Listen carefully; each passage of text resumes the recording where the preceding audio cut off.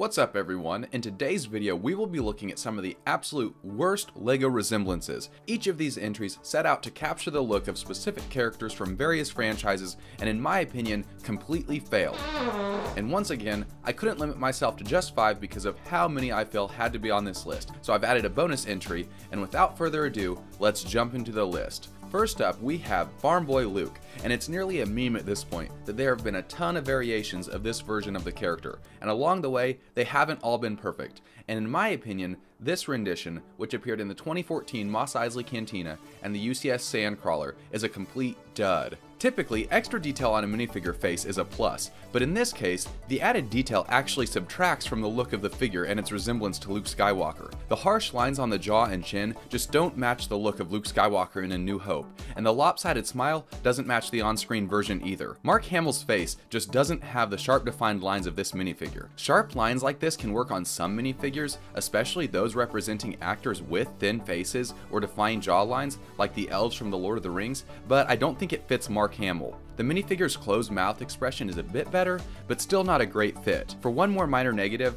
I think the hair color should be dark tan based on photos of the actor in the movie, and LEGO has started a pattern where they use regular tan for episode 4 appearances of Luke and dark tan for episode 5. However, I think dark tan is actually the better choice for both. This is probably the least awful minifigure on this list, but it's still not good. Anyways, let's move on to even worse minifigures. For our next entry, we have ShangChi, and the fatal flaw of this minifigure is the headpiece. It bears absolutely no resemblance to ShangChi. It seriously seems like someone just picked out a generic head and said, hey, you know, what about this one? And then everybody just went with it. The skin tone is not right at all. I think Shang-Chi's skin color would have matched up way better with the LEGO color nougat that is used on other characters like Aladdin, Dr. Wu, and Kanan Jarrus, rather than the light nougat, which is LEGO's most commonly used flesh color. Additionally, the head used for the minifigure is just way overused. It's been used for 6 other minifigures, 3 of which are already members of the MCU, making this an even more obnoxious reuse. The other MCU characters that use this head are Happy Hogan from Spider-Man and Druig from the Eternals. LEGO, you're telling me that these 3 characters look alike? Maybe this minifigure head is just cursed, because I mean the Happy Hogan figure as a whole is just horrible as well, and could probably be its own entry on this list. But for him the skin tone is at least right. To give some credit to the minifigure, the torso print for Shang-Chi is spot on, and the hairpiece is fitting for the character as well, but the head and inaccurate skin tone just wreck the entire figure. It may be an unrealistic expectation, but I at least think every MCU character that has their own movie series should at least deserve a unique face print. One bonus fact for this entry is that I actually did replace Shang-Chi's head with one of Dr. Wu's from Jurassic World, and I think it improved the look quite a bit. I did the same for his dad with a different Dr. Wu variant, and I like it better as well. Now for the next entry on our list, it isn't just a single minifigure, but rather an entire category, and that's young characters. It may just be me, but it seems like LEGO has one generic style of face that they use for a ton of characters that are 12 and under. And they all end up looking pretty similar, as heads are often reused or only given slight variations between printing. These prints usually rely on a small smile paired with overly bright, round eyes to really make the character look young, and in that way, they are successful, but the faces just aren't that unique. The heads often lack distinctive features like jawlines and wrinkles, which on the one hand, I mean, it makes complete sense. You don't see young kids most of the time with distinct features like jawlines and wrinkles and other facial features like beards. But I still think LEGO could try to do a bit more to make these young characters just look a bit more recognizable to their on-screen presence. And LEGO has shown that they can do this with some characters to great success even if the character is really young. For example, the Stranger Things figure Dustin Henderson is a young character, but he's one of the best LEGO resemblances of all time in my opinion. And there have also been multiple Neville Longbottom minifigures that have been spot on with the resemblances. But as a trend, I really think that LEGO struggles to make young characters look like their on-screen counterparts, and it's a bit disappointing when they all end up looking a lot alike. Before jumping into the next entry, if you're liking the list so far, please subscribe and like the video because I'm always putting out new LEGO top 10s. Now back to the video. For this next entry, I have to actually go with another entire category of minifigure, and it's gonna be every single character from the original Star Wars Clone Wars sets. I know that these minifigures have their fans, but I'm sorry, I mean, I hate them. I will admit, some of the clones are pretty cool, but that's sidestepping the issue of the face prints because those minifigures all have helmets. The face prints for this theme are absolutely horrible. I understand that LEGO was trying to replicate some of the art style from the original show's animation and then translate it onto their minifigures, but it didn't work at all. In my opinion, all these minifigure faces somehow just ended up looking like fish. The eyes are absolutely huge, and all of the printing is so angular. And another point, good luck trying to mix these minifigures in with any of your other LEGO Star Wars figures. They do not mesh well at all. The face prints are just too different from LEGO's typical style, and I actually think that this is kind of a big deal. I mean, one of LEGO's core themes is the system, meaning that all the parts, and minifigures included, are all part of an overarching compatible system that works well together. We see this in how LEGO minifigures all follow a similar design and printing pattern. I mean, for example, there's no noses, no ears, all minifigure eyes line up at the same level on the head, etc. I mean, this is why you can put a castle helmet on any minifigure from any theme and the eyes will still line up with the visor. But the minifigure faces from the Clone Wars, these general parameters are almost completely thrown out. These minifigures aren't going to look good alongside any other minifigure or like they fit in, unless you're trying to make a collection of LEGO's ugliest minifigures ever,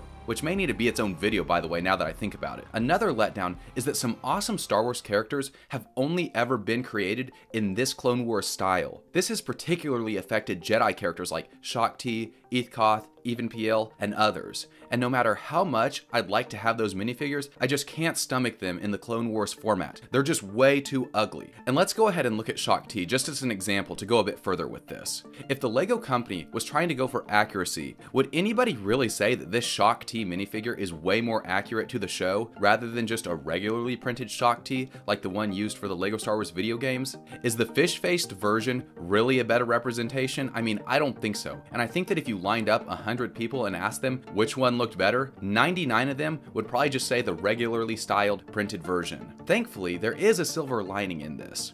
For quite a few years now, LEGO has completely stopped using this art style and it seems to be gone for good. New sets based on the Clone Wars, like the Duel on Mandalore, have reverted back to an art style that is much more traditional, and these new minifigures have no problem fitting in with all your other LEGO Star Wars minifigures. Additionally, LEGO has remade some of the Jedi minifigures like Aayla Secura and Ki-Adi-Mundi that were once exclusively released in the Clone Wars style, giving fans a chance to now get a non-fish-faced version of the character. However, there are still quite a few that haven't ever been remade, so my hope is that LEGO continues to remake these Jedi into the future with the plain traditional art style. Now at this point, it probably seems like I'm bullying LEGO Star Wars, but we have to go with another LEGO Star Wars minifigure, and this one is from the Force Unleashed video game, and it's Juno Eclipse. Now I think this minifigure already gets a lot of hate as it is, but the fact is, it completely deserves it. The face on this minifigure is horrendously ugly, and on top of that, it looks nothing like the game version of the character. I have no idea what LEGO was thinking. It seriously looks like they thought, hey, you know what, we know the Force Unleashed is out on PS3, but for Juno Eclipse, what if we go ahead and just print her based off the crappier graphics in the PS2 version of the game? The printing quality on the head is so poor. The lips and eyebrows don't have nearly enough contrast against the head, and the sharp, angular blue eyes just look off. And once again, nothing like the actual character's much rounder eyes. And additionally, LEGO tried to do this thing where the bangs for the figure were printed onto the head itself so that you could see the character's hair while wearing the Imperial hat, but once again, there's just not enough contrast against the head, and they also gave the character the classic girl ponytail, but that just looks even worse. And really, I mean, that classic ponytail is just hard to make look good on any minifigure, and I think that's why it's been retired now for more than 5 years, in spite of being a classic piece. It just hasn't aged well, and there are better options. The other Force Unleashed minifigures aren't particularly good either, but Starkiller is at least acceptable just because of how plain he is. Albeit he's not particularly accurate, the plain face print and the hair at least make him look normal, but Juno Eclipse just looks off and almost creepy. It probably would have been better to just make her look plain as well. Now for our last entry on this list, I have another absolutely terrible minifigure that bears no resemblance to its on-screen counterpart, and it's Ron Weasley. Specifically, this absolutely hideous version. So if you have eyes, I probably don't even need to explain why this is a terrible minifigure, but I'm gonna do it anyway, so let's break it down.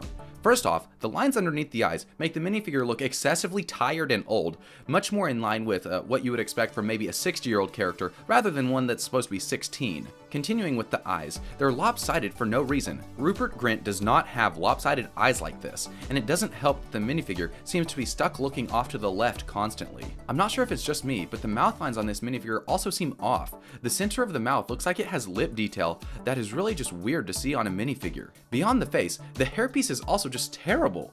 It's one that was used for Ron for years, going all the way back to the original Harry Potter sets in 2001 that were based off the Sorcerer's Stone. But the hairpiece has always been terrible. Never once in the entire series does Ron Weasley ever have a hairdo looking even remotely close to the shape of this piece. And Ron Weasley has a lot of different hairdos. This piece would be a better fit for Carl Weezer from Jimmy Neutron than Ron Weasley. This crazy muffin top looking hairpiece does not fit Ron Weasley at all. What's worse about this figure is that it wasn't even a one-off situation. LEGO apparently thought it was good enough to use in 2 sets years apart. First in 2005 with Rescue from the Merpeople based off of the Goblet of Fire, and then for the Order of the Phoenix Hogwarts Castle set. This minifigure is terrible and looks nothing like Ron Weasley. Rant over. Anyways guys, that's the list for today's video. If you want a breath of fresh air after these doozies, you can watch my top 5 best LEGO resemblances to see some actually great minifigures. Let me know down in the comments which minifigures you think are truly horrible resemblances, or just let me know your other thoughts and opinions on LEGO. And until next time, see you later.